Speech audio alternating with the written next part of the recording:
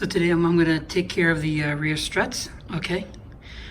So first things first is you take out the wheel, right? That will give you access to the bolt in the back. All right, so let me get the bolt in the back and then I will remove this, all right? So to remove this, it's actually a bolt in the back and it's an 18, okay? So once you do, this will just let go. So I'm in good shape there. So the next thing I need to do is to come back down here.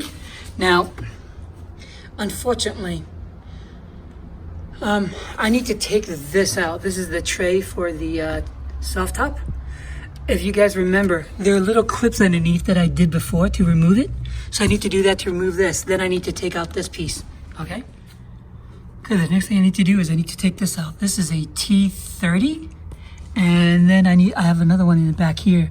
That is a size 10, okay? So I'll get these two out first, and I think there's one more piece in the middle, but let's worry about these two first. So I don't know if you can see it, but there's a little plastic rivet right there that I need to pull out as well.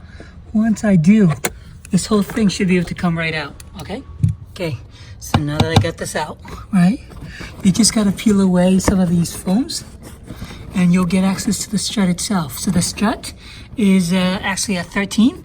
So there's two of them. You take out one, you take out the other one very loosely, hold it by the other side, and you should be able to take it down. All right? So there you have it. The strut is out. So all I need to do now is take this out, all right, and put everything that you see here, from here to here to here, all these pieces, to put onto the new strut. And I just put everything back together.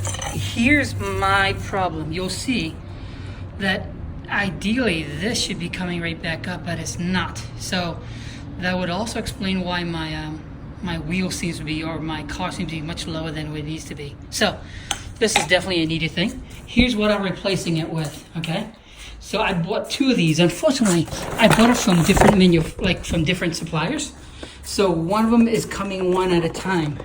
I don't know if there's a model number on here, but if you take a look, you'll find out which Monroe it is.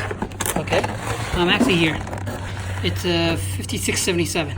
Okay, so what I'm going to do is I'm going to replace the strut and put it back. So there you have it. There's the new strut in place. I just need to put everything back in place. Okay, right now it's just hanging here. What I need to do is I need to lift this up enough so I can get the screw back on, put the wheel back on, and then we could lower this down to take a look to see what it looks like.